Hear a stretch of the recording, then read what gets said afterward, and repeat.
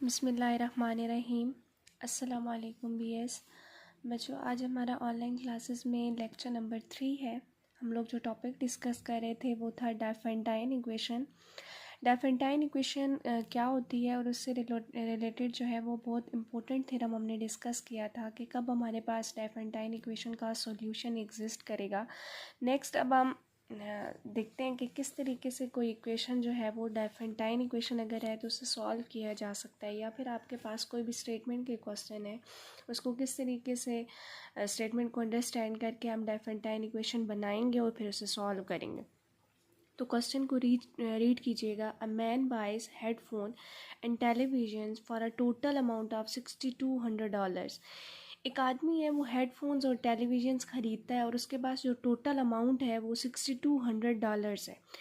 If a headphone cost is $50, अगर एक headphone की कॉस्ट जो है वो $50 है एंड टेलीविज़न कॉस्ट इज़ $140 और एक टेलीविज़न की कॉस्ट $140 है। Find the total number of headphones and televisions which can be bought. आपने टोटल नंबर ऑफ़ हेडफोन्स और टेलीविजन्स फाइंड आउट करने हैं जो कि आप ख़रीदे जा सकते हैं। ठीक है, हमने तादाद फाइंड आउट करनी है। तो तादाद आपको पता है कि हमेशा जो है वो नॉन नेगेटिव होती है, या फिर ज़ीरो हो सकती है या ज़ीरो से बड़ी हो सकती है, कभी भी तादाद नेगेटिव नहीं हो सकती। एक तो ये बहुत इंपॉर्टेंट बात। अब हमने क्या करना है कि ये जो हमारे पास स्टेटमेंट लिखी हुई है, स्टेटमेंट की मदद से पहले हम अपनी इक्वेशन बनाएंगे, फिर हम उसे सॉल्व करेंगे। हम देखेंगे कि हमारे पास डायफेंटाइन इक्वेशन बनती है। फिर डायफेंटाइन इक्वेशन की जो रिक्वायरमेंट है कि आपने जो थ्योरम में पढ़ा था कि अगर ax + by = c, ये डायफेंटाइन इक्वेशन आपके पास गिवन है, इसका सॉल्यूशन एग्जिस्ट करेगा if and only if GCD of a b divide c। ठीक है, तो उस थ्योरम को हमने यहाँ पे देखना भी होगा कि क्या हमारे पास जो कंडीशन है वो फुलफ़िल हो रही है या नहीं। तो चलें पहले हम अपनी इक्वेशन फॉर्म करते हैं। Let x be the number of headphones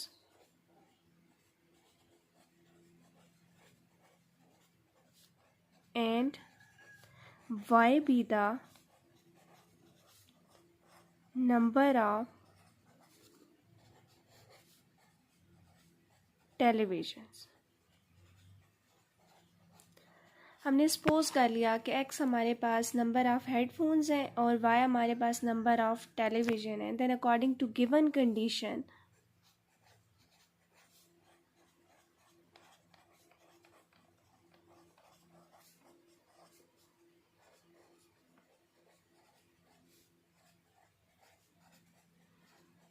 हम अपनी यहाँ पे गिवन कंडीशन इस्तेमाल करते हैं। उसके अकॉर्डिंग क्या है, आपके पास जो हेडफोन्स हैं उनकी कॉस्ट कितनी है। ठीक है, वो आपके पास गिवन है, वो कितनी है $50।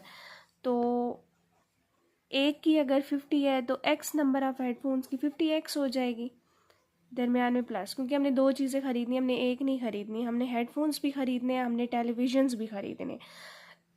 उसके बाद आपके पास y जो है वो नंबर ऑफ़ टेलीविज़न है और एक टेलीविज़न की कास्ट जो है वो $140 है। तो 140 को y से मल्टीप्लाई कर देंगे और टोटल हमारे पास जो अमाउंट है वो कितनी है, $6200। तो यहाँ पे क्या आ जाएगा, 6200। ठीक है, अब हमारे पास आप देख सकते हैं कि ये इक्वेशन जो है ये डायफेंटाइन इक्वेशन बन गई है। इसको ज़्यादा थोड़ा सिंपल बनाने के लिए हम पूरी इक्वेशन को क्या करते हैं, 10 से डिवाइड करते हैं। Dividing above equation by 10 we have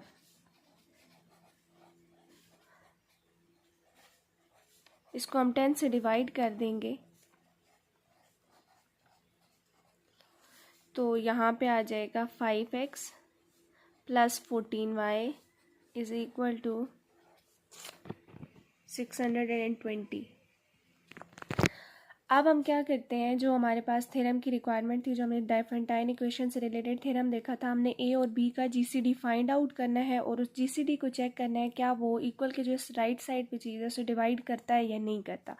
इसको आप बोल दें इक्वेशन नंबर 1। ठीक है, तो 5 और 14 का जीसीडी निकालना, या आप लोगों ने जीसीडी 2 नंबर्स का जीसीडी जैसे निकालते हैं हम बिल्कुल वैसे ही निकालेंगे। आप लोगों ने तरीका सीखा हुआ। वैसे तो ये छोटे नंबर है 5 और 14, आप इजीली चेक कर सकते हैं कि इन दोनों का जो जीसीडी है वो 1 है, लेकिन फिर भी हम फाइंड करें ताकि हम सॉल्यूशन की तरफ जा सकें ना, इक्वेशन का सॉल्यूशन बता सकें। वो लीनियर कम्बिनेशन लेते हैं, सॉल्व करने का एक पूरा प्रोसेस है, वो वाली करने के लिए ना हम जीसीडी फाइंड आउट कर लेते हैं।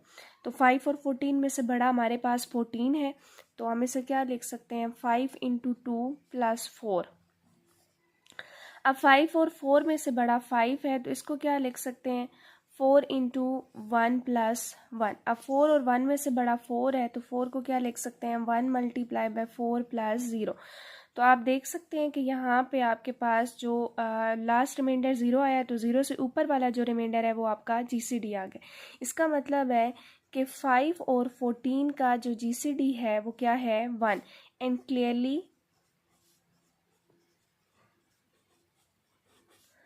1 किसको डिवाइड करता है 620 को।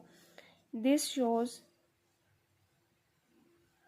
Equation 1 has a solution. इसका हर हाल में सॉल्यूशन एग्जिस्ट करेगा।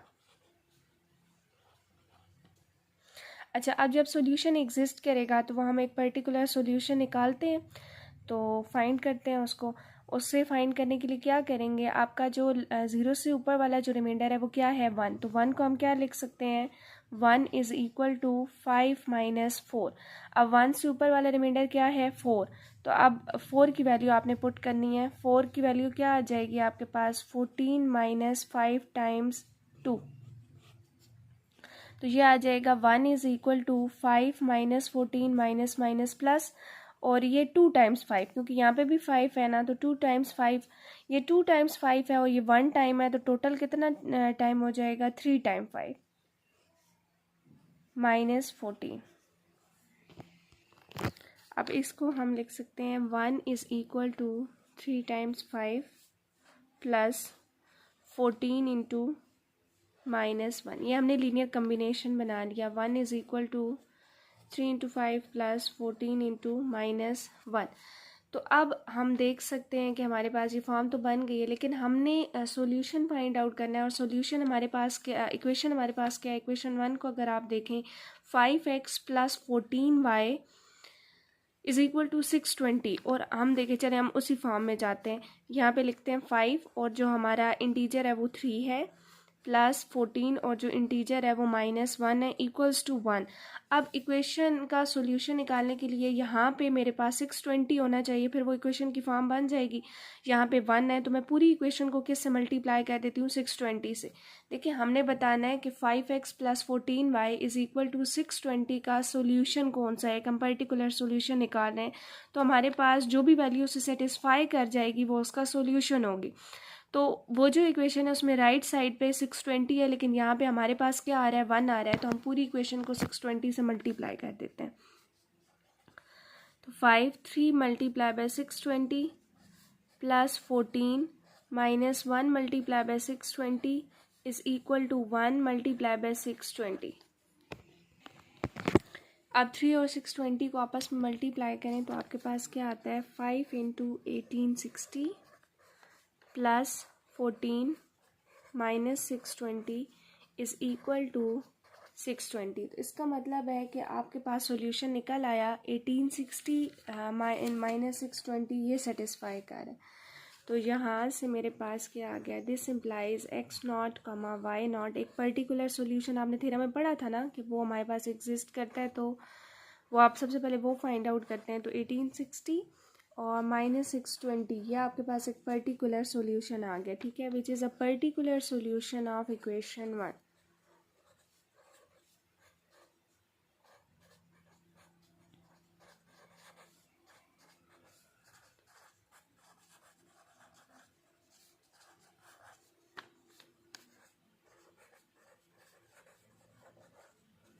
चलें, अब जो फर्दर सॉल्यूशन एग्जिस्ट करेंगे वो किस फॉर्म में होंगे वो हम फाइंड आउट करते हैं। और अगर देखा जाए ना तो ये भी अब इसमें जो हमारे पास है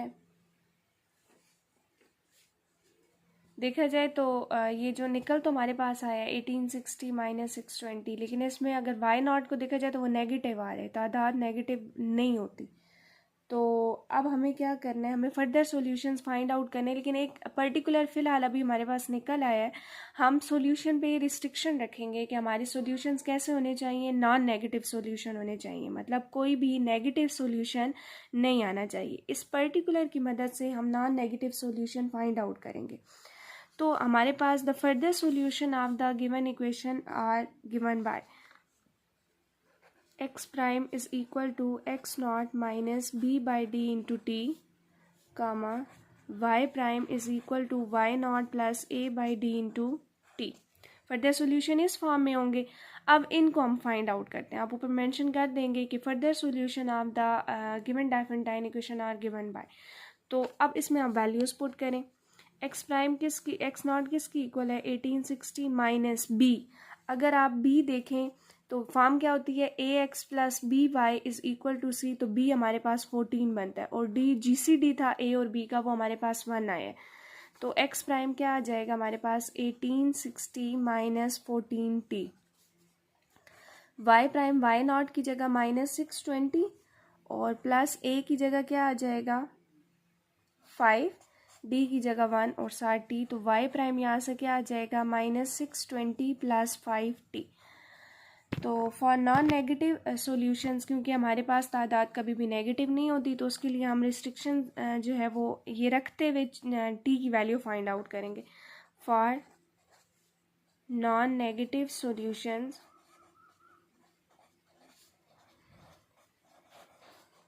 नॉन नेगेटिव सॉल्यूशंस के लिए क्या करेंगे, हम कहेंगे कि एक्स प्राइम जो है वो greater than or equal to 0 है। इसी तरीके से वाई प्राइम क्या है, greater than or equal to 0 है। अब एक्स प्राइम आपके पास जो निकला है उसको यूज़ करें। एक्स प्राइम क्या है 1860 minus 4t greater than or equal to 0। Y prime क्या है minus 620 plus 5t greater than or equal to 0। यहाँ से 1860 greater than or equal to 4t आ जाएगा। 1860 divided by 4 greater than or equal to t आ जाएगा। यहाँ पे 5t greater than or equal to 620 और t जो है वो greater than or equal to 620 divided by 5 आ जाएगा। सॉरी, यहाँ पे 1860 माइनस 14t था, तो 4 नहीं है बल्कि 14 है, इसको आप करेक्ट कर लें। तो 1860 डिवाइडेड बाय 14 आ जाएगा। तो ये आपके पास आता है 132.8, मतलब t इज़ लेस देन और इक्वल टू 132.8।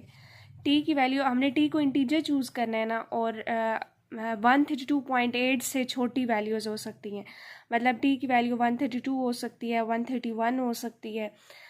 अब यहाँ पे अगर आप देखें तो 124 आती है, मतलब t greater than equal to 124 means 124 से स्टार्ट हो रहा है और कहाँ तक जा रहा है 132। तो t की वैल्यू आपने 124 से 132 तक लेनी है। अब आप 132.8 नहीं ले सकते क्योंकि ये एक इंटीजर नहीं है। वैसे तो यहाँ पे इक्वल की कंडीशन भी हमने ली हुई है, लेकिन 132.8 जो है वो आपके पास एक इंटीजर नहीं है। तो आपने इंटीजर्स की बात करनी होती है, मतलब आपने t इंटीजर लेना होता है, तो t की वैल्यू जो है वो 124 से 132 तक होगी। तो चले अब हम पहली वैल्यू जो लेते हैं वो कौन सी, मतलब अब हमारे पास यहाँ पे क्या कंडीशन है, इसको हम ऐसे लिख सकते हैं ना, 124 लेस देन और इक्वल टू टी। तो 124 लेस देन और इक्वल टू टी, टी जो है वो लेस देन और इक्वल टू 132.8 है। तो चले अब 1 बाय 1 हम टी को वैल्यूज़ देते जाते हैं और अपनी सॉल्यूशंस जो हैं वो फाइंड आउट करते जाते हैं।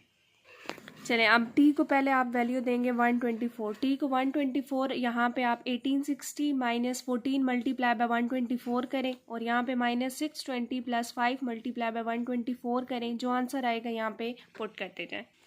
x प्राइम की वैल्यू आ जाएगी 124 और y प्राइम की वैल्यू आ जाएगी 0। अब t को आप 125 लेंगे, आप t को 125 जब लेंगे तो आपके पास जो x प्राइम की वैल्यू है वो 110 आ जाएगी और y प्राइम की वैल्यू 5 आ जाएगी। फिर आपने t को वैल्यू देनी है 126, यहाँ पे 96 आ जाएगी, यहाँ पे वैल्यू 10 हो जाएगी। t को वैल्यू 127 देंगे, यहाँ पे इधर वैल्यू 82 आ जाएगी और यहाँ पे आपके पास 15 आ जाएगी। नेक्स्ट आप t को लेंगे 128, तो यहाँ पे आपके पास वैल्यू 68 आ जाएगी, यहाँ पे 20 आ जाएगी। फिर t को आप वैल्यू देंगे 129, तो यहाँ पे वैल्यू आ जाएगी 54, यहाँ पे आ जाएगी 25। फिर आप t को वैल्यू देंगे 130, यहाँ पे आपके पास 40 आ जाएगा और यहाँ पे आपके पास 30 आ जाएगा। फिर आपने t को वैल्यू देनी है 131, 131 देंगे तो x प्राइम 26 आ जाएगा और y प्राइम आपके पास 35 आ जाएगा। नेक्स्ट लास्ट में आपने t को वैल्यू 132 देनी है, तो x प्राइम आपके पास 12 आ जाएगा और y प्राइम आपके पास 40 आ जाएगा। ठीक है, तो इस तरीके से आपने जो नॉन नेगेटिव सॉल्यूशंस हैं वो फाइंड आउट करें। तो पहला आपका क्या निकला है 124,0 सेकंड, अगर आप पॉइंट की फॉर्म में लिखते हैं। सेकंड आपके पास निकला है 110,5, थर्ड आपके पास निकला है 96,10, फिर 82,15, फिर 68,20, फिर 54,25, फिर 40,30, फिर नेक्स्ट 26,35, फिर 12,40। तो ये आपके पास जितने भी सॉल्यूशंस हैं ये आपने फाइंड आउट कर लिए हैं। अब इसी तरीके से आप लोगों के पास बाकी भी बहुत सारे क्वेश्चंस हैं जिन्हें आपने सॉल्व करना है और इसी तरीके से टी की वैल्यूज़ चेक करनी पड़ेंगी आपको। तो आप लोग उन क्वेश्चंस को सॉल्व करेंगे, किसी भी क्वेश्चन में आपको प्रॉब्लम हुई तो आप मुझसे डिस्कस करेंगे। ठीक है, और इसी तरीके से आप कुछ क्वेश्चंस को सॉल्व करेंगे और चेक करेंगे कि वहाँ पे सॉल्यूशन ही एग्जिस्ट नहीं कर रहा होगा, डी सी को डिवाइड नहीं कर रहा होगा, तो वहाँ पर आपने बता देना है कि यहाँ पर सोल्यूशन ही पॉसिबल नहीं है। अरे बच्चों, अब आपका डाइफेंटाइन इक्वेशन का टॉपिक कंप्लीट हो गया है। आप लोगों को इसमें किसी भी किस्म की कोई प्रॉब्लम आप डिस्कस कर सकते हैं, आप इसे अपना सॉल्व कर लीजिएगा और एक दो और क्वेश्चंस की भी प्रैक्टिस कीजिएगा लाजमन। यहाँ पे आपको बुक मैंने बताई हुई है, उस बुक से आप अपनी जो है ना वो क्वेश्चंस बहुत सारे डाइफेंटाइन इक्वेशन के वहाँ मौजूद हैं। आप लोगों ने इन क्वेश्चंस की प्रैक्टिस करनी है और अपनी जो प्रैक्टिस है वो फिर मुझे सेंड भी करनी है। ठीक है, अल्लाह हाफिज़।